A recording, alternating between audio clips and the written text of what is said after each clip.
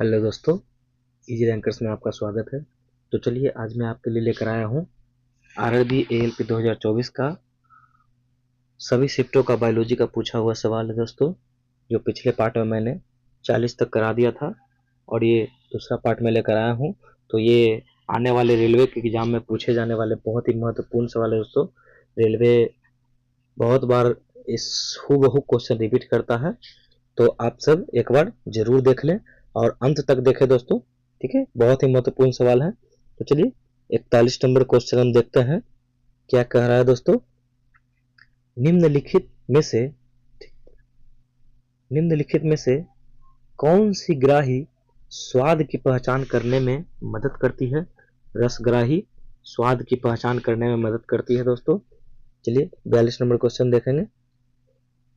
पुष्प के मादा जनन अंग में उभरा फूला भाग डैश, मध्य में लंबा भाग डैश होता है। शीर्ष का जो भाग होता है प्रायः चिपचिपा होता है, वह वर्तिकाग्र होता है। तो इसका जो आंसर होगा दोस्तों वो बी हो जाएगा, ठीक है ना। पुष्प में मादा जनन अंग में उभरा फूला जो भाग होता है वो अंडाशय होता है, ठीक है ना। और मध्य में जो लंबा भाग होता है वो वर्तिका होता है, ठीक है ना। और शीर्ष का जो भाग होता है चिपचिपा भाग वर्तिकाग्र होता है। तो चलिए इसका आंसर भी हो जाएगा। आगे देखते हैं हम 43 नंबर क्वेश्चन देखते हैं। दिए गए कथन की पुष्टि करने के लिए कह रहा है दोस्तों कि पादप को कम ऊर्जा की आवश्यकता होती है, ठीक है ना। तो इसका जो आंसर हो जाएगा दोस्तों वो सी होगा, ठीक है ना। इसको भी ध्यान से पढ़िएगा। विभिन्न शारीरिक अभिकल्पों के बीच ऊर्जा की जरूरतें होती हैं जो भिन्न होती हैं। पादप गति नहीं करते हैं और उनके अनेक ऊतकों में मृत कोशिकाओं, ये कोशिका होगा, कोशिकाओं का बड़ा अनुपात होता है। तो इसका आंसर सी हो जाएगा दोस्तों, ठीक है। आइए 44 नंबर क्वेश्चन देखते हैं। इसमें सही कथन का चयन करने के लिए करा, तो इसका जो सही कथन होगा आइए देखते हैं। पराग कणों का पुंकेसर से वर्तिकाग्र तक स्थानांतरण परागन कहलाता है दोस्तों। तो इसका आंसर ये सही होगा, ठीक है ना। चलिए आगे देखते हैं 45 नंबर क्वेश्चन। सही कथन का चयन करने के लिए कह रहा है, ये भी पिछले जैसा सवाल है दोस्तों कि पराग कणों को पुंकेसर से वर्तिकाग्र तक का स्थानांतरण परागन है, जो परागन की प्रक्रिया वही कहलाता है परागन। तो इसका आंसर भी ये हो जाएगा दोस्तों। आगे 46 नंबर जाइलम का कार्य पूछ रहा है दोस्तों। जाइलम का कार्य सीधा एक ही ऑप्शन हो सकता है, जल एवं खनिजों का संवहन, ठीक है ना। आगे देखते हैं 47 नंबर सवाल दोस्तों। फलों और बीजों में निम्नलिखित से किस पादप हार्मोन की उच्च सांद्रता होती है। तो फलों और बीजों में जो पादप हार्मोन की उच्च सांद्रता साइटोकाइनिन की होती है दोस्तों, ठीक है ना। साइटोकाइनिन की होती है। 48 नंबर क्वेश्चन देखेंगे दोस्तों। पादपों के हार्मोन और उनके कार्यों के बीच सही मेल की पहचान करने के लिए जिबरेलिन्स जो करता है दोस्तों वो वृद्धि को रोकता है, ठीक है ना। जिबरेलिन्स वृद्धि को रोकता है, ठीक है ना। और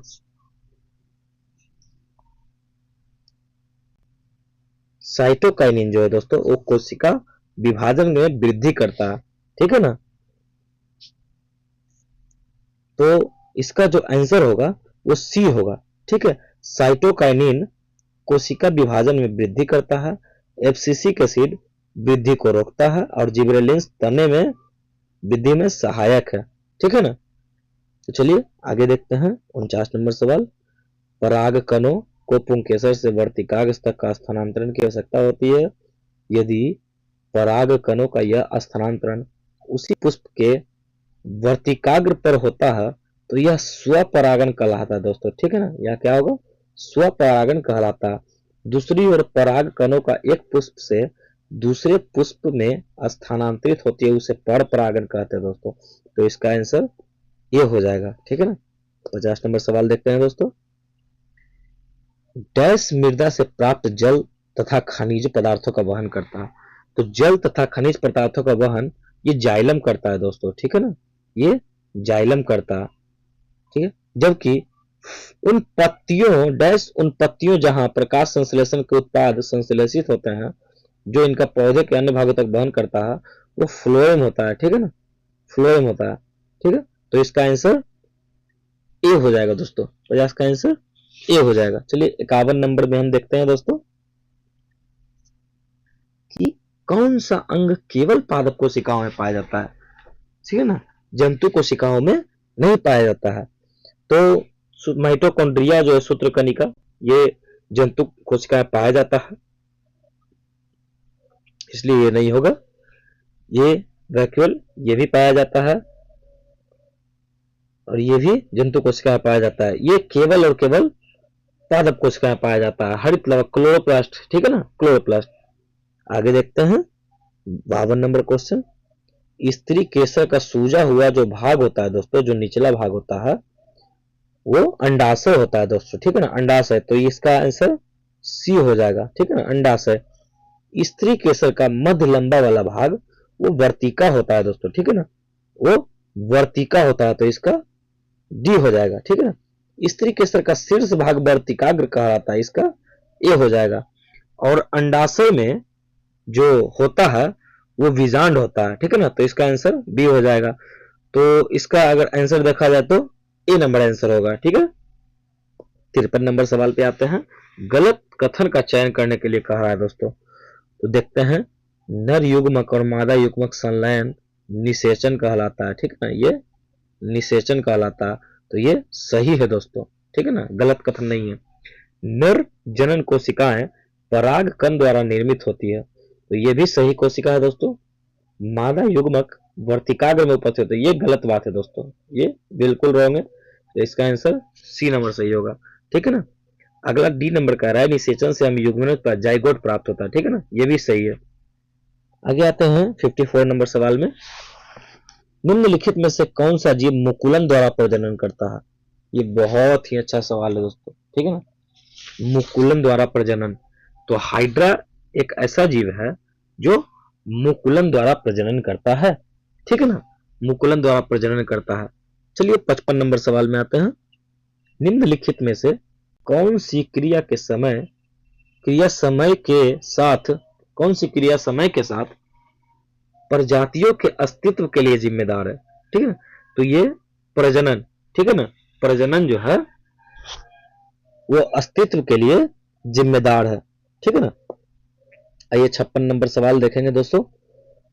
अलैंगिक प्रजनन के संदर्भ में गलत युग्म का चयन करने के लिए कह रहा, तो गलत युग्म का जो चयन है दोस्तों वो अभी अभी मैंने बताया कि हाइड्रा मुकुलन द्वारा प्रजनन करता है, ठीक है ना। ये देखिए पिछले क्वेश्चन में मैंने बताया है कि जो मुकुलन द्वारा प्रजनन करता है वो हाइड्रा है, ठीक है ना, तो हाइड्रा मुकुलन द्वारा प्रजनन करता है, इसलिए ये गलत है और ये गलत युग्म है, ठीक है ना, तो इसका आंसर बी हो जाएगा दोस्तों।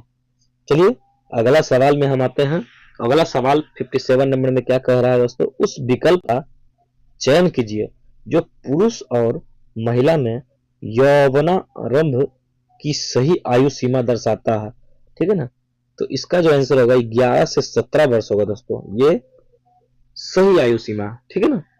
अगला 58 नंबर सवाल में आते हैं दोस्तों। ये क्या कह रहा है, टेस्टोस्टेरोन लड़कों में यौवनावस्था के लक्षणों को नियंत्रित करता है, ठीक है ना, तो ये सही कथन का चयन करने के लिए कह रहा है और ए नंबर सही कथन है दोस्तों, ठीक है ना। टेस्टोस्टेरोन जो है वो लड़कों में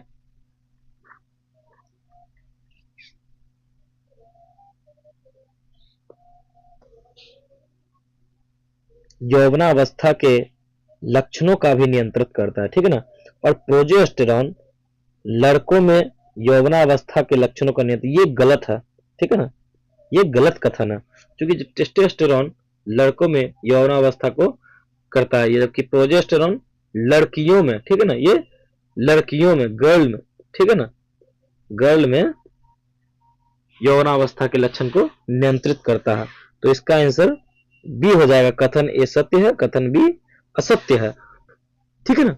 आगे देखते हैं 59 नंबर सवाल।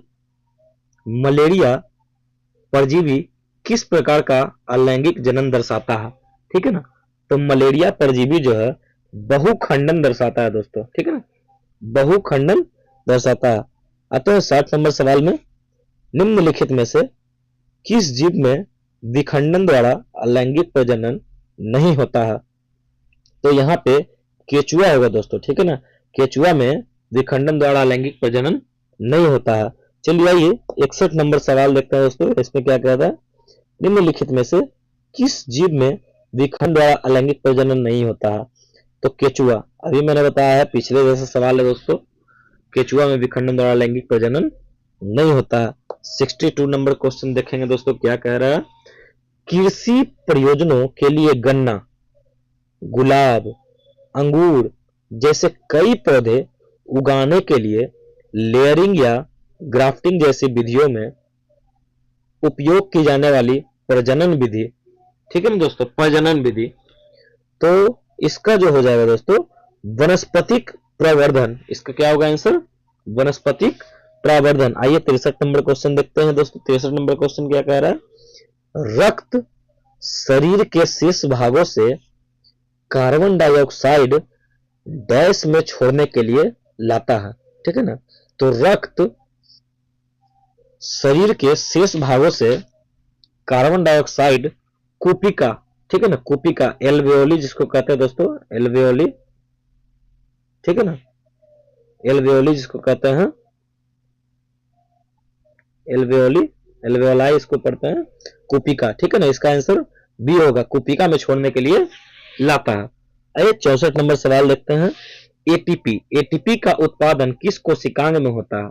तो इसका बहुत ही सिंपल सवाल है दोस्तों, सूत्रकणिका, माइटोकॉन्ड्रिया, ठीक है ना, माइटोकॉन्ड्रिया, ठीक है ना, माइटोकॉन्ड्रिया हो जाएगा दोस्तों। चलिए आगे देखते हैं, इसका आंसर माइटोकॉन्ड्रिया होगा, सूत्रकणिका, जो एटीपी का उत्पादन होता है। जहां 65 नंबर सवाल में आते हैं, कोशिका में निम्नलिखित अभिक्रिया कहां होती है। 6 कार्बन वाले अणु ग्लूकोज का 3 कार्बन वाले अणु में विखंडन, ठीक है ना। तो इसका जो आंसर हो जाएगा दोस्तों वो कोशिका द्रव्य में, ठीक है ना, कोशिका द्रव्य में अभिक्रिया होती है। चलिए 66 नंबर क्वेश्चन देखते हैं। ये भी क्वेश्चन बहुत ही अच्छा क्वेश्चन है दोस्तों, जो सही विधान मतलब सही कथन का चयन करने के लिए कह रहा है, ठीक है ना। तो हम पढ़ते हैं, चलिए ए नंबर ऑप्शन पढ़ते हैं, क्या कह रहा है, इस एरोबिक प्रक्रिया में ऊर्जा का विमोचन अवायवीय एनारोबिक प्रक्रिया की तुलना में बहुत अधिक होता है। ये सही कथन है दोस्तों। अगर क्या कह रहा है, एटीपी खंडित हो जाता है जिससे एक निश्चित मात्रा में ऊर्जा उत्पन्न होती है जो कोशिका में होने वाली उष्मा शोषी अभिक्रियाओं को संचालित कर सकती है। यह भी सही है। पाइरुवेट लैक्टिक एसिड में परिवर्तित हो जाता है जो एक 3 कार्बन वाला अणु भी है, तो यह भी सही है। तो इसका आंसर ए बी सी तीनों सही होगा दोस्तों। आइए 67 नंबर सवाल देखते हैं। निम्नलिखित में से कौन सी रेखित पेशियों की विशेषताएं हैं। तो रेखित पेशियों की जो विशेषताएं हैं वो बेलनाकार, अशाखित और बहुकेंद्रकीय हैं, ठीक है। इसका आंसर भी ए हो जाएगा दोस्तों। आइए 68 नंबर सवाल देखते हैं। पौधे में शीर्षस्थ विभाज्योतक, ठीक है ना, शीर्षस्थ विभाज्योतक की स्थिति क्या होती है। तो इसकी जो स्थिति होती है वो तनों और जड़ों की वृद्धि वाले भाग में, ठीक है ना। इसका आंसर बी हो जाएगा। आइए 69 नंबर सवाल देखते हैं दोस्तों। निम्नलिखित में से कौन सा सबसे अधिक पाया जाने वाला सरल अस्थाई उत्तक है। तो सरल अस्थाई उत्तक जो है दोस्तों वो देखिए पैरेनकाइमा, ठीक है ना। सरल अस्थाई उत्तक जो सबसे अधिक पाया जाता है वो पैरेनकाइमा पाया जाता है दोस्तों, ठीक है ना। चलिए आइए हम 70 नंबर सवाल देखते हैं। निम्नलिखित विशेषताओं में से कौन सी एपिथेलियम उत्तक का विशेषता नहीं है। तो चलिए देखते हैं इसका कौन सा विशेषता एक नहीं है और कौन सा 3 विशेषता है। कह रहा है ए नंबर, इसमें कोई अंतर कोशिकीय स्थान नहीं होता है, ठीक है ना। तो ये एक विशेषता सही बात है। आगे देखते हैं, इसमें बाह्य रेशेदार आधार झिल्ली द्वारा उसे नीचे रहने वाले ऊतकों से अलग किया जाता है। ये एपिथेलियम ऊतक का विशेषता नहीं है दोस्तों, ठीक है ना, ये एपिथेलियम ऊतक का विशेषता नहीं है। सी नंबर, यह एक दूसरे से सटे होते हैं। सही बात है दोस्तों, ये एक दूसरे से सटे हुए विशेषता है। डी नंबर देखेंगे, यह शरीर के अधिकांश अंगों और गुहाओं को ढकते हैं। ये भी सही बात है दोस्तों। तो इसका ए, सी और डी तीनों सही है, तीनों एपिथेलियम ऊतक का विशेषता है।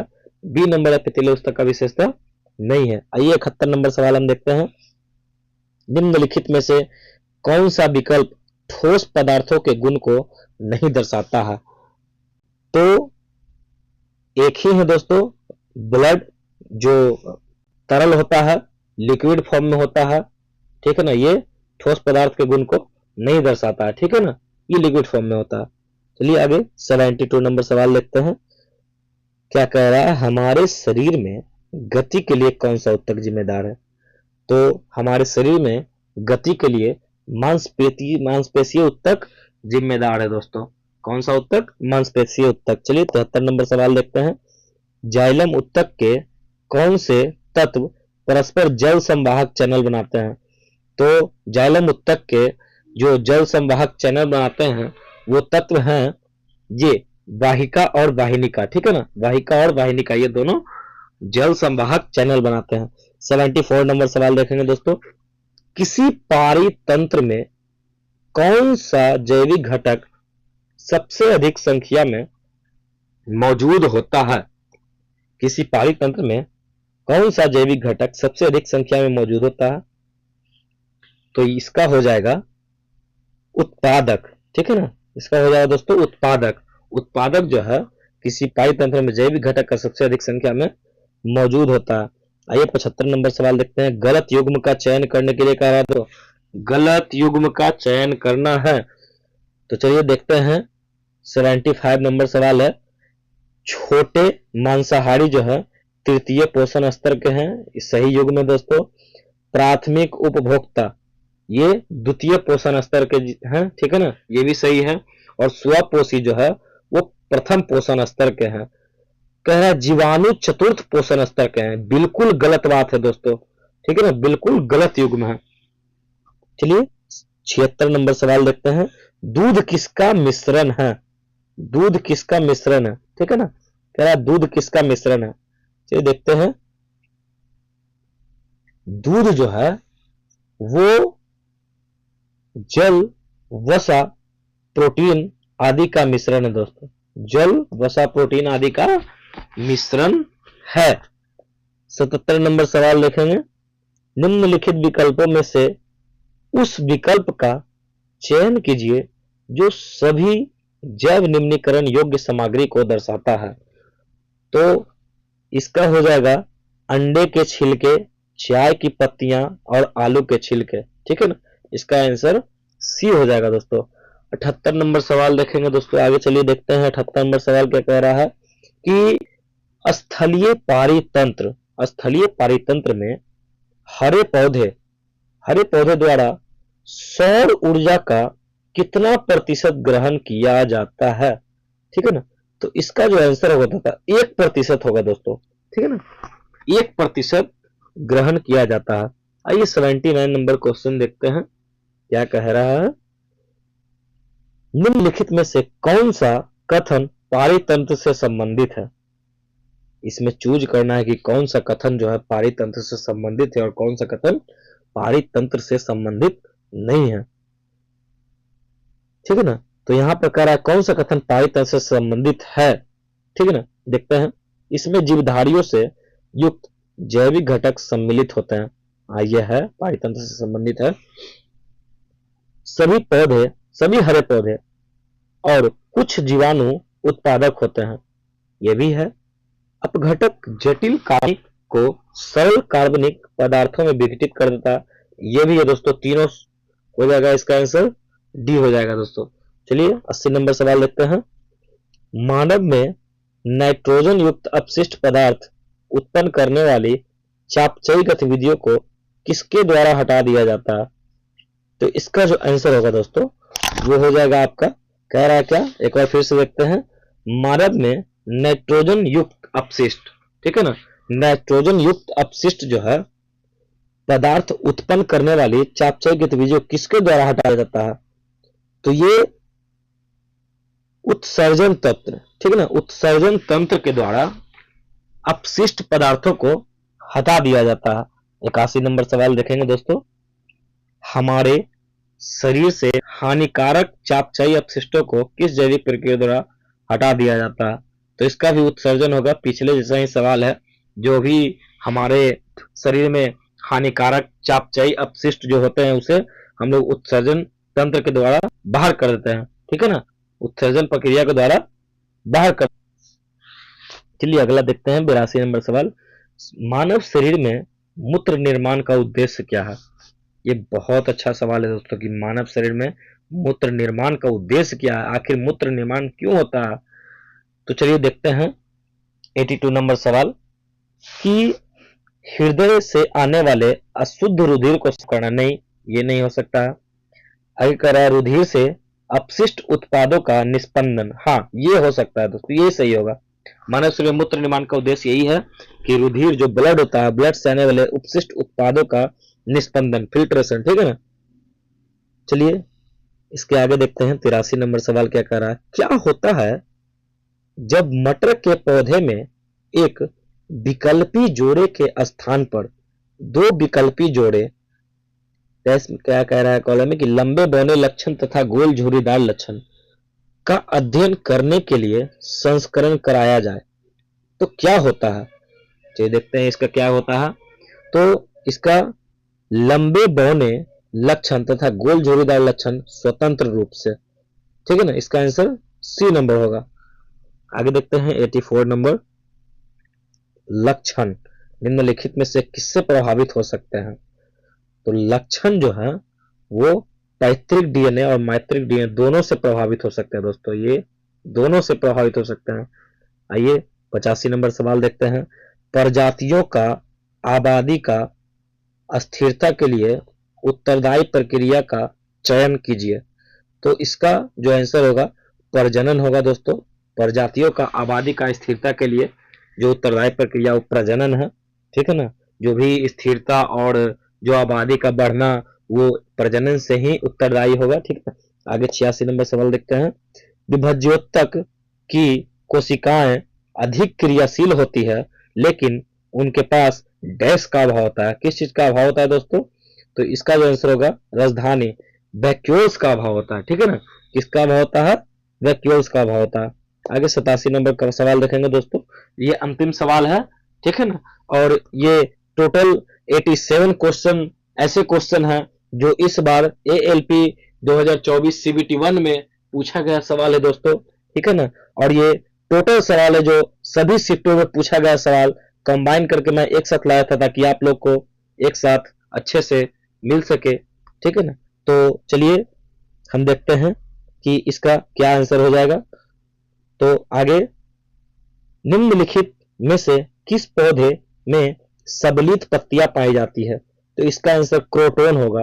क्रोटोन में सबलित पत्तियां, ये भी बहुत अच्छा सवाल है दोस्तों, बहुत ही अच्छा सवाल है ये, ठीक है ना, बहुत अच्छा सवाल है। तो चलिए आज के लिए इतना ही मैं लेकर आया हूं। अब इसके बाद मैं आगे जो भी बनेगा अच्छे से अच्छे आपके लिए लेकर आता रहूंगा दोस्तों। तो चैनल को लाइक और सब्सक्राइब करना ना भूलें और वीडियो को पूरा देखें, ठीक है ना। तो चलिए दोस्तों इसके साथ मैं वीडियो को समाप्त करता हूं। धन्यवाद।